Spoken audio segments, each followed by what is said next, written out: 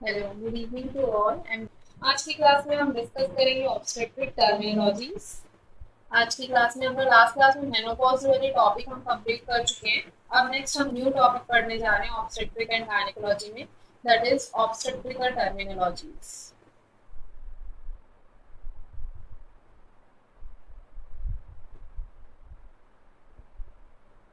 Obstetrical terminologies में हम discuss करेंगे जेस्टेशनल एज,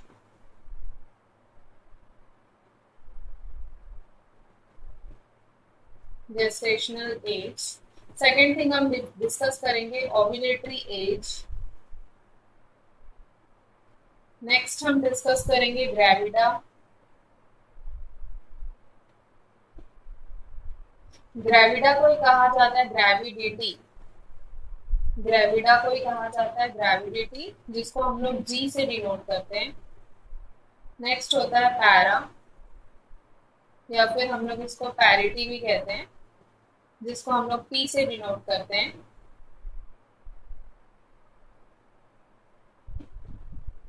नेक्स्ट होता है टर्म डिलीवरी।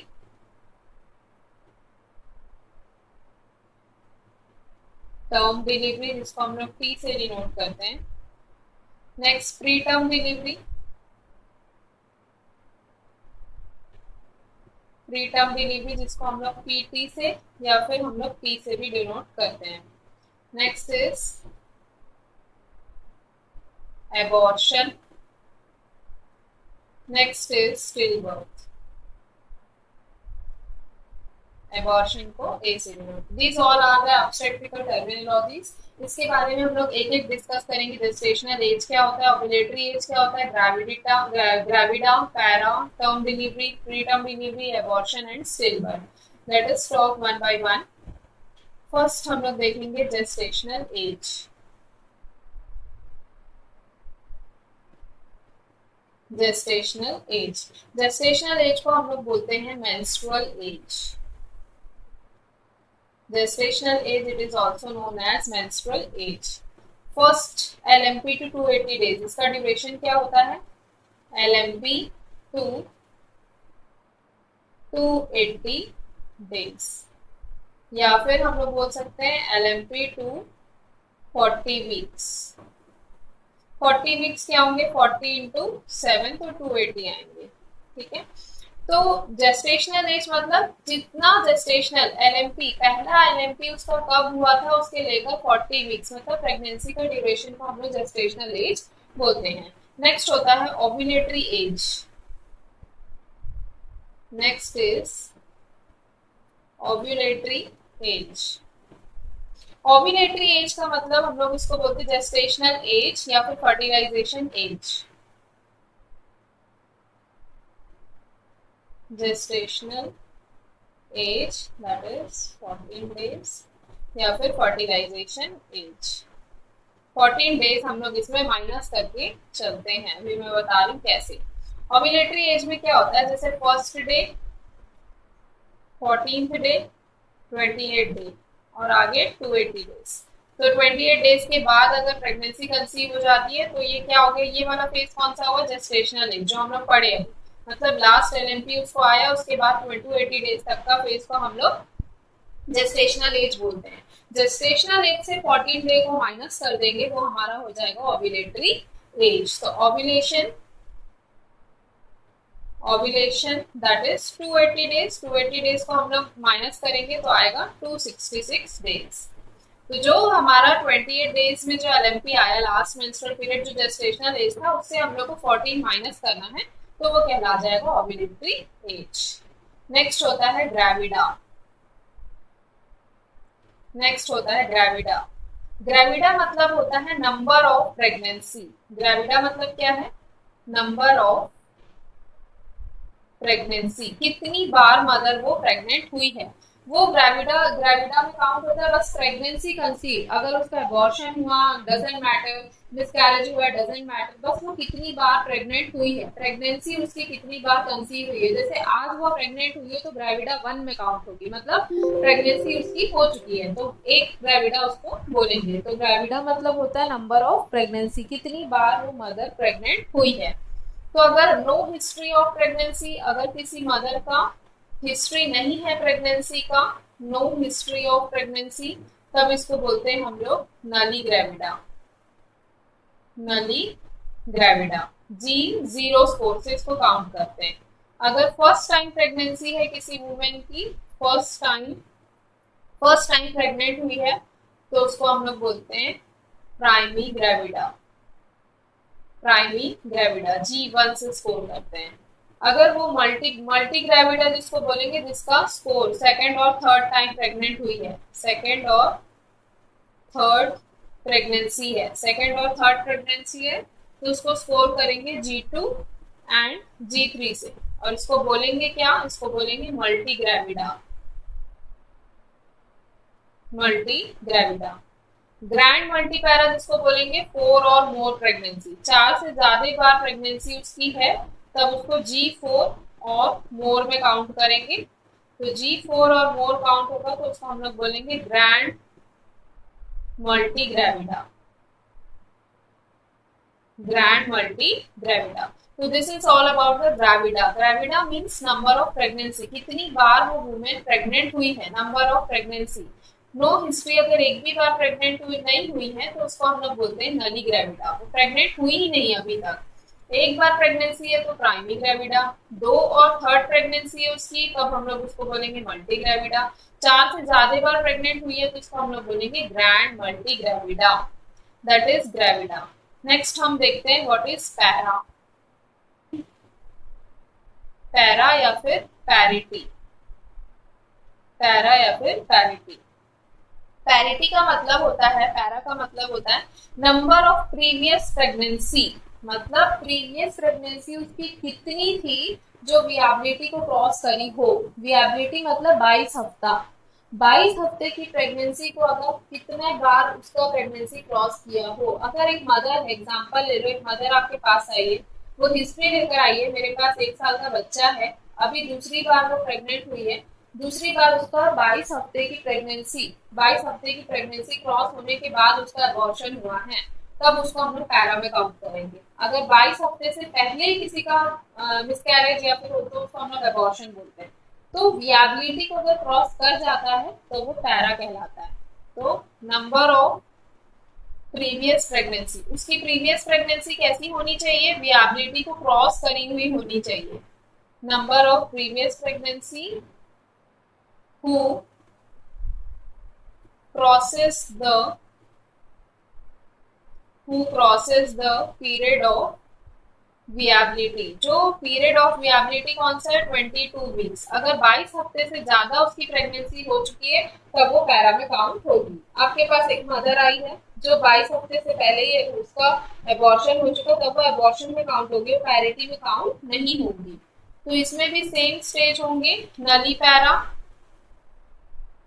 नली पैरा जिसको हम लोग स्कोरिंग करेंगे N0 से, मतलब no history of pregnancy process 22 weeks, एक भी उसकी प्रेगनेंसी 22 हफ्ते से क्रॉस नहीं करी है। No history of pregnancy process 22 weeks, एक भी प्रेगनेंसी उसकी 22 हफ्ते से ज्यादा क्रॉस नहीं करी है, उसको हम लोग बोलेंगे नली पैरा। नेक्स्ट होता है प्राइमी पैरा। प्राइमी पैरा मतलब P1, P1 मतलब एक ही टाइम उसकी प्रेगनेंसी 22 हफ्ते से क्रॉस करी, one time previous pregnancy cross 22 weeks, सिर्फ एक टाइम में उसकी प्रेगनेंसी क्रॉस करी 22 वीक्स, उसको हम लोग बोलते हैं प्राइमी पैरा। नेक्स्ट होता है multi para.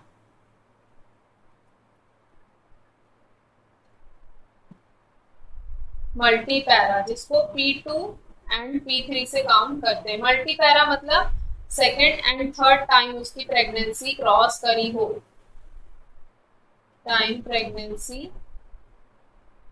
Cross 22 weeks. Next होता है grand multi para. Grand multi para, grand multi para मतलब P4 और मोर। मतलब उसकी 4 से ज्यादा प्रेगनेंसी 22 हफ्ते को क्रॉस करी है। 4 और more time pregnancy cross 22 weeks, 22 हफ्ते से ज्यादा क्रॉस करी है, उसको हम लोग क्या बोलते हैं, पैरिटी। तो पैरिटी क्या हुआ, 22 हफ्ते से ज्यादा प्रेगनेंसी क्रॉस हुई उसकी, तब उसको हम लोग पैरिटी में काउंट करेंगे। ग्रेविडा क्या था, सिर्फ प्रेग्नेंट हुई है, उसमें हफ्ता कुछ नहीं था कि कितना वीक्स है, ये कुछ नहीं, कितनी बार वो प्रेग्नेंट हुई है, चाहे वो अबॉर्शन हुआ, चाहे मिसकैरेज हुआ, चाहे एमटीपी हुआ, जो भी, उससे मैटर नहीं करता, बस वो प्रेग्नेंट हुई है, ग्रेविडा में आएगा। पैरिटी मतलब वो प्रेगनेंसी जो 22 हफ्ते को क्रॉस कर गई हो, दैट इज पैरिटी। नेक्स्ट होता है टर्म डिलीवरी। नेक्स्ट होता है टर्म डिलीवरी।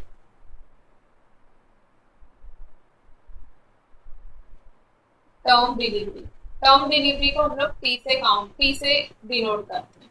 टर्म डिलीवरी का मतलब expulsion of foetus, expulsion of foetus between कब से कब तक, 37 टू 42 वीक्स। 37 टू 42 वीक्स में जिसकी भी डिलीवरी होती है उसको हम लोग क्या बोलते हैं, टर्म डिलीवरी हुआ है। 249 to 294 days, that is term delivery. तो उसको हम लोग टी से डिनोट करते हैं। नेक्स्ट होता है प्री टर्म। प्री टर्म को हम लोग पीटी या फिर पीवी बोलते हैं। तो प्री टर्म कब होगा, 37 वीक से होगा तो प्री टर्म, 42 वीक से ज्यादा है तो पोस्ट टर्म। तो प्री टर्म क्या होगा, expulsion of foetus before 37 weeks, मतलब लेस देन कितना दिन, 259 डेज। तो उसका हम लोग किसमें बोलेंगे, प्री टर्म। नेक्स्ट होता है post mature. Post mature delivery, post mature delivery किसको बोलेंगे, delivery after 42 weeks, after 42 weeks, और डेज में बोलेंगे तो मोर देन 294 डेज। फिर नेक्स्ट बात करते हैं हम abortion, that is the important part, abortion. Abortion, abortion ध्यान देना है, पैरिटी और एबॉर्शन में कंफ्यूज नहीं होना है। पैरिटी में 22 हफ्ता क्रॉस कर जाता है तो पैरिटी बोलते हैं, 22 हफ्ते से पहले अगर फीटस का एक्सपल्शन हो गया तो उसको हम लोग एबॉर्शन में काउंट करते हैं। ठीक है, तो एबॉर्शन और पैरिटी में कंफ्यूज नहीं होना है। एबॉर्शन क्या है, एक्सपल्शन ऑफ फीटस या फिर embryo before 22 weeks of gestation. 22 हफ्ते से पहले अगर फीटस एक्सपेल्ड आउट हुआ है या फिर फीटस का वेट लेस देन 500 ग्राम, ये लेस देन 500 ग्राम वेट ये अकॉर्डिंग टू WHO है।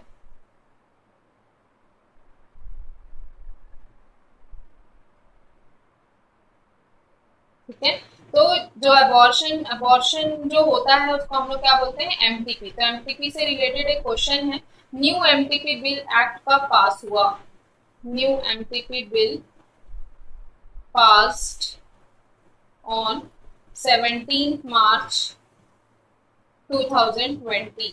ये न्यू एमटीपी बिल पास हुआ है 17 मार्च 2020 को। तो एबॉर्शन और पैरिटी में कंफ्यूज नहीं होना है। एबॉर्शन क्या है, वेट जिसका एक्सपल्शन ऑफ फीटस बिफोर 22 हफ्ते से पहले अगर बेबी का एक्सपल्शन हो रहा था एबॉर्शन, 22 हफ्ते से बाद अगर बेबी का डिलीवरी या बेबी का एक्सपेल आउट हो रहा है तो वो क्या है, कहलाएगा parity. Next is live birth. Next is live birth. Live birth मतलब जिंदा बच्चा उसके पास कितना है। तो new born show evidence of,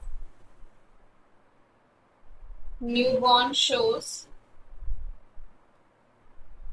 evidence of life, मतलब जैसे कि लाइफ, हार्ट रेट उसकी होनी चाहिए, रेस्पिरेटरी रेट होनी चाहिए after separation from mother,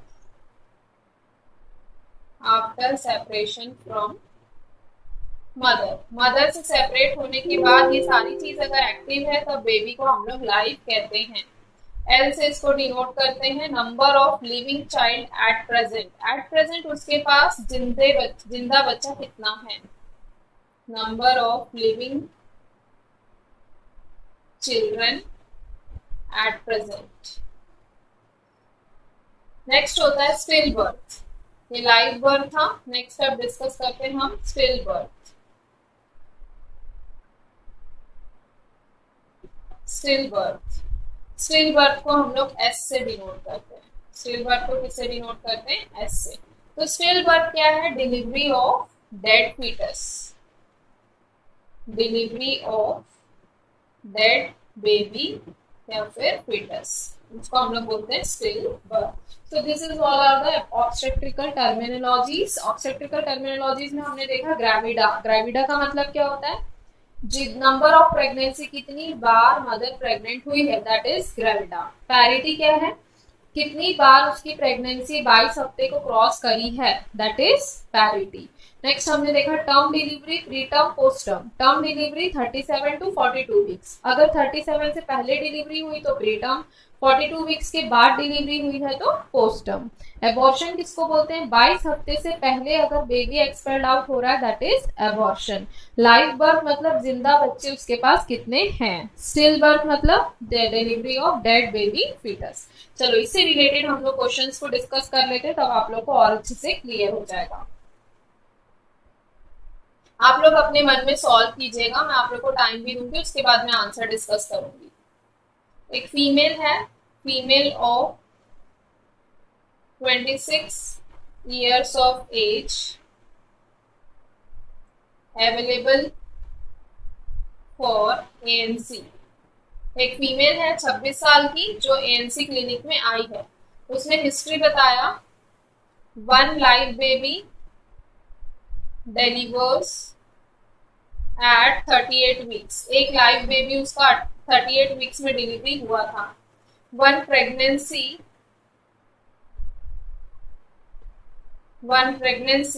terminates at 15 weeks, 15 हफ्ते में एक प्रेगनेंसी टर्मिनेट हुई है। तो आपको बताना है इसका GPLAST स्कोर, GPLAST स्कोर। तो GPLAST स्कोर आप लोग को बताना है, तो आप लोग खुद सोचिए आंसर, फिर हम डिस्कस करते हैं 2 मिनट में।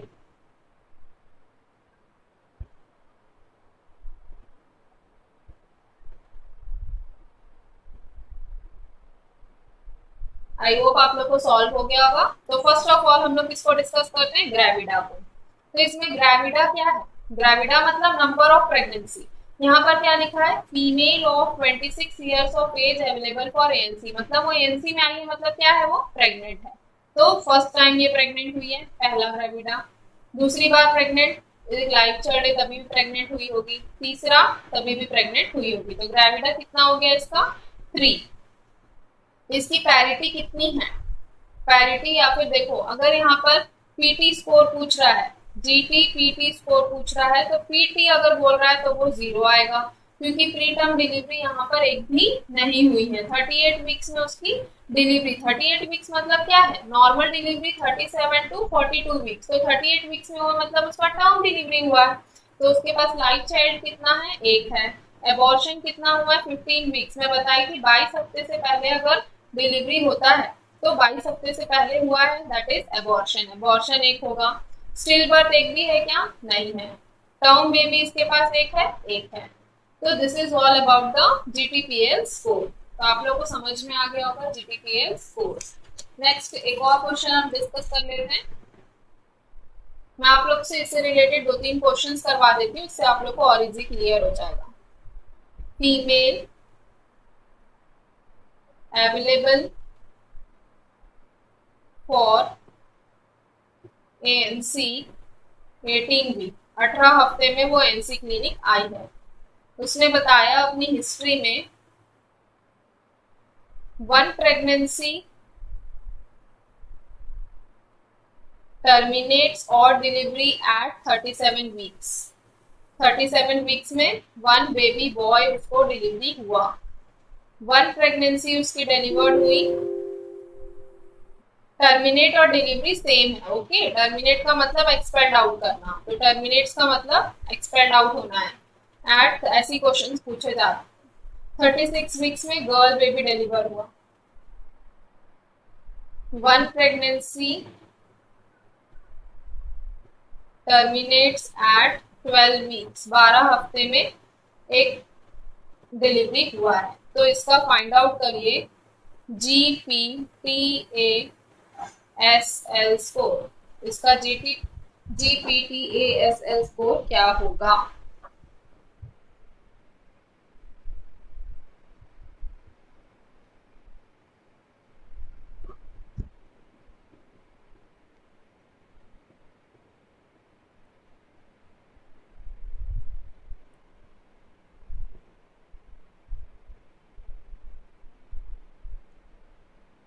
आई होप आप लोग सॉल्व हो गया होगा। मैं बता देती हूँ आप लोग को आंसर। फर्स्ट होता है ग्रेविडा। तो अभी आप लोग सब मेरे साथ सॉल्व करेंगे। ग्रेविडा कितना है? ग्रेविडा मतलब नंबर ऑफ प्रेगनेंसी कितनी है? 1 टाइम प्रेग्नेंट, इस टाइम भी प्रेग्नेंट हुई, 3 टाइम, 4 टाइम, तो इसका ग्रेविडा कितना हुआ? 4। टी, टी फॉर दोनों निकालेंगे, पैरा भी और प्री टर्म भी। पैरा कितना है यहाँ पर? पैरिटी का मतलब क्या है? 22 हफ्ते से ज्यादा की प्रेगनेंसी। तो यहाँ पर देखो 12 हफ्ते, ये तो किस में आ जाएगा? एबॉर्शन। 12 हफ्ते तो किस में आ जाएगा? एबॉर्शन। 22 हफ्ते से ज्यादा कितने की प्रेगनेंसी है? 36 वीक्स की और 37 वीक्स, मतलब दोनों 22 हफ्ते को क्रॉस किया है। तो पैरा कितना आ जाएगा? 2। अगर प्री टर्म की बात करें तो प्री टर्म एक ही होगा। क्यों? 37 टू 42 वीक्स नॉर्मल है, तो 37 वीक्स में एक डिलीवरी हुई, 36 वीक में डिलीवरी हुई है बेबी गर्ल की, तो वो प्री टर्म में आ जाएगा। तो प्री टर्म 1। एबॉर्शन है क्या इसमें? एबॉर्शन यस, एक है। टर्म बेबी कितने हैं? एक। 37 वीक्स क्या है? टर्म है, तो टर्म बेबी कितने हैं? 1। स्टिल बर्थ है क्या एक भी? नहीं। लाइफ चाइल्ड उसके पास कितने हैं? 2, बॉय और गर्ल।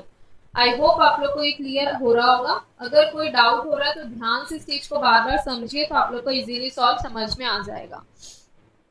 नेक्स्ट एक और क्वेश्चन हम ट्राई करते हैं।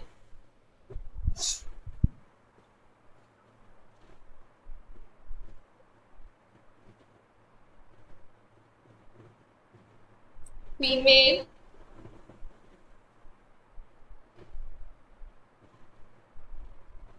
अवेलेबल फॉर ANC 26 वीक्स की प्रेगनेंसी में आई है। ट्विंस बेबी डिलीवरी 36 वीक्स, जिसमें बॉय एंड गर्ल। बॉय जो है उसका डेथ हुआ, died after 7 days, died after 7 days. Girl जो थी वो प्री टर्म हुई थी, मतलब गर्ल लाइफ चाइल्ड है। 1 pregnancy terminates at 34 weeks. That baby still birth पैदा हुआ था 34 वीक्स में।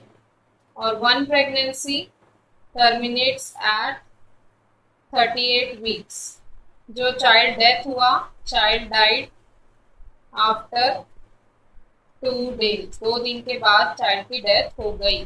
तो इसमें आप लोग फाइंड आउट कीजिए GPTLS स्कोर।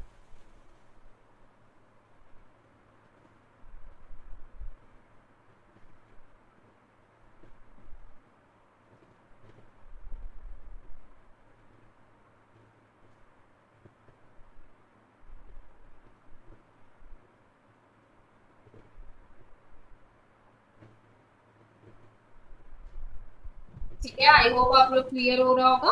अभी हम फाइंड आउट कर लेते हैं आंसर्स। First is gravida. तो कितनी बार प्रेगनेंसी हुई है भाई? कितनी बार प्रेगनेंसी है? 1 2 3 4, तो ग्रेविडा क्या हो जाएगा? 4। प्री टर्म कौन कौन है? प्री टर्म यहाँ पर लिखा हुआ प्री टर्म लाइफ चाइल्ड, क्यों? क्योंकि प्री टर्म 36 वीक्स, 36 एक बच्चे की तो डेथ हो गई, तो ये काउंट में नहीं होगा, क्योंकि मैंने बोला है प्री टर्म हो चाहे टर्म हो, हमेशा बच्चा जिंदा होना चाहिए। तो यहाँ पर pre term girl baby pre term है, तो प्री टर्म क्या हुआ 1। टर्म बेबी यहाँ पर कितना है, कितने कौन सा 26 हफ्ता टर्म है क्या, नहीं है। 36 वीक टर्म नहीं है, 34 वीक टर्म नहीं है, 38 वीक्स क्या है टर्म है, तो टर्म वाले में 1 आएगा। ठीक है, लाइव चाइल्ड कितने हैं इनके, ये तो चाइल्ड की डेथ हो गई, ये स्टिल बर्थ था नहीं है, डाइड आफ्टर 7 डेज, सिर्फ जिंदा बच्ची कौन है, एक गर्ल है, तो लाइव चाइल्ड कितनी होगी 1। फिर स्टिल बर्थ एक भी है क्या, स्टिल बर्थ एक भी, स्टिल बर्थ सिर्फ एक ही था, दैट इज 34 वीक्स में स्टिल बर्थ बच्चा पैदा हुआ था, तो 1। This is the score of GTTL score. ठीक है,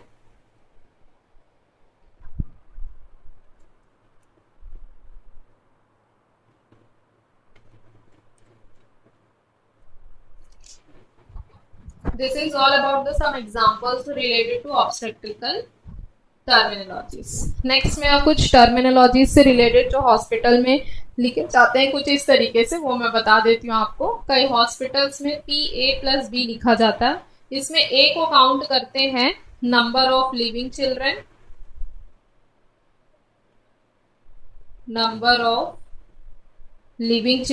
और B को एबॉर्शन, कितने बच्चे जिंदा हैं और कितना एबॉर्शन हुआ है, तो उसको हम लोग इस तरीके से काउंट करते हैं। कई जगह इस तरीके का भी लिखा हुआ है PABCD, इसमें A का मतलब टर्म डिलीवरी, B का मतलब प्रीटर्म, C का मतलब एबॉर्शन,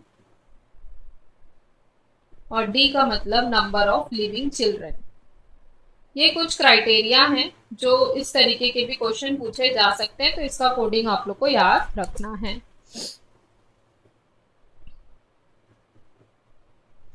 नेक्स्ट हम देखते थे what is EDD and what is LMP।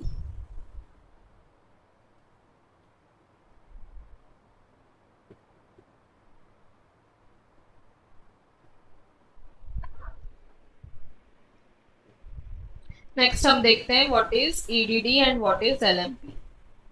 EDD, what is EDD? Expected date of delivery.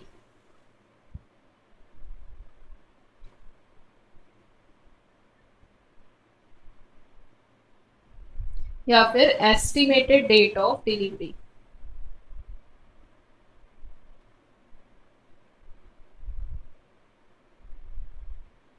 इसमें फॉर्मूला गिवन बाय, कौन सा फॉर्मूला यूज करते हैं, निगल्स फॉर्मूला। उसको किसने दिया था, फॉर्मूला गिवन बाय निगल्स। किसने दिया था, 1812 में ये दिया था निगल्स ने। इसका एक्यूरेसी 5% केसेस में देखा जाता है और 50% केसेस में डिलीवरी 1 वीक अर्लियर होती है। डेट जो मिलता है EDD उसके एक हफ्ते पहले ही डिलीवरी हो जाती है और 1 वीक लेटर। 50% में ये इस तरीके का क्राइटेरिया देखा गया है।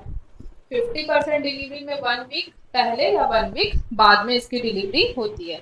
नेक्स्ट हम लोग देख लेते हैं EDD का फॉर्मूला। EDD का फॉर्मूला होता है फर्स्ट डे ऑफ LMP या फिर last normal menstrual period plus 7 days minus 3 months plus 1 year। ये फॉर्मूला निगल्स ने दिया था और इसी फॉर्मूला को जो हम लोग अभी यूज करते हैं वो होता है first day of LMP plus 7 days plus 9 months। तो दोनों तरीके से हम लोग इसको निकाल सकते हैं, दोनों फॉर्मूला सेम है, दोनों फॉर्मूला के आंसर सेम आएंगे। तो EDD का बस फॉर्मूला, ये निगल्स ने एग्जैक्ट फॉर्मूला लिखा था, बट मोस्टली जो हॉस्पिटल्स और नॉर्मल में यूज होता है this is the formula. Next हम लोग देख लेते हैं इसके एग्जांपल्स, कैसे इसको कैलकुलेट किया जाता है। तो अगर किसी वुमेन का LMP 15 जनवरी 2022 है तो इसका ईडीडी क्या होगा, आप लोग निकालिए। तो इसका ईडीडी क्या होगा? तो सबसे पहले क्या करना है आपको, 15 प्लस 7, 7 डेज करो, 15 प्लस 7 कितना आएगा, 22। मंथ में हमको कितना ऐड करना, 9 मंथ। तो जनवरी के 9 मंथ देखेंगे तो अक्टूबर और 2022। तो दिस इज द ईडीडी। इस तरीके से हम लोग को ईडीडी काउंट करना है।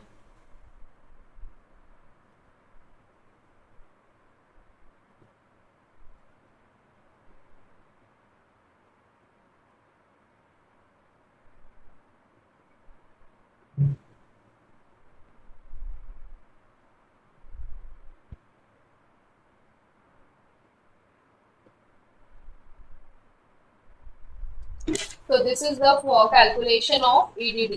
तो जो कैलकुलेशन ऑफ ईडीडी करते हैं हम लोग लीगल्स फॉर्मूला की तरफ से करते हैं। और नेक्स्ट हम लोग देखते हैं कुछ पॉइंट्स। कैलकुलेशन जो होता है ईडीडी का, वो क्विकनिंग के थ्रू भी कर सकते हैं। Calculation of EDD by quickening. Quickening that is the first presumptive sign होता है, प्रिजम्पटिव प्रेगनेंसी साइन, जिसको हम लोग फर्स्ट फीटल मूवमेंट जब करता है, फीटल जब मूव करता है और मदर को फील होता है फर्स्ट फीटल मूवमेंट, उसको हम लोग क्विकनिंग बोलते हैं। Quickening that is presumptive pregnancy sign. Presumptive pregnancy sign. Primigravida में अगर देखा जाए, प्राइमी मदर है तब उसमें 18 वीक्स में क्विकनिंग देखने को मिलता है, और मल्टी में देखेंगे तो मल्टी में 16 वीक्स में क्विकनिंग देखने को मिल जाता है। क्विकनिंग कब होता है? क्विकनिंग सेकेंड ट्राइमेस्टर में देखने को मिलता है। सेकेंड ट्राइमेस्टर में देखने को मिलता है, दैट इज 13 to 28 वीक्स में देखने को मिलता है। So this is all about the obstetrical terminologies and how to calculate EDD. So I hope आप लोगों को क्लियर समझ में आ गया होगा। तो फर्स्ट ऑफ ऑल मैं आप लोगों को फिर से एक और बार डिस्कस करा देती हूँ। Gravida that means number of pregnancy. Parity 22 weeks के क्रॉस की हुई प्रेगनेंसी। एबॉर्शन 22 वीक से पहले फीटस एक्सपेल्ड आउट हो गया, एबॉर्शन। देन प्रीटर्म पोस्टर्म, अगर 37 वीक से पहले डिलीवरी हुई है तो प्रीटर्म, 42 वीक से ज्यादा अगर बाद में डिलीवरी हुई है तो postterm. Still birth, dead foetus और लाइव बर्थ, मतलब लाइव चाइल्ड कितना है उसके पास, that is live child. This is all about the obstetrical emergency. I hope आप लोग को मेरी क्लास समझ में आई होगी। Thank you for attending this class.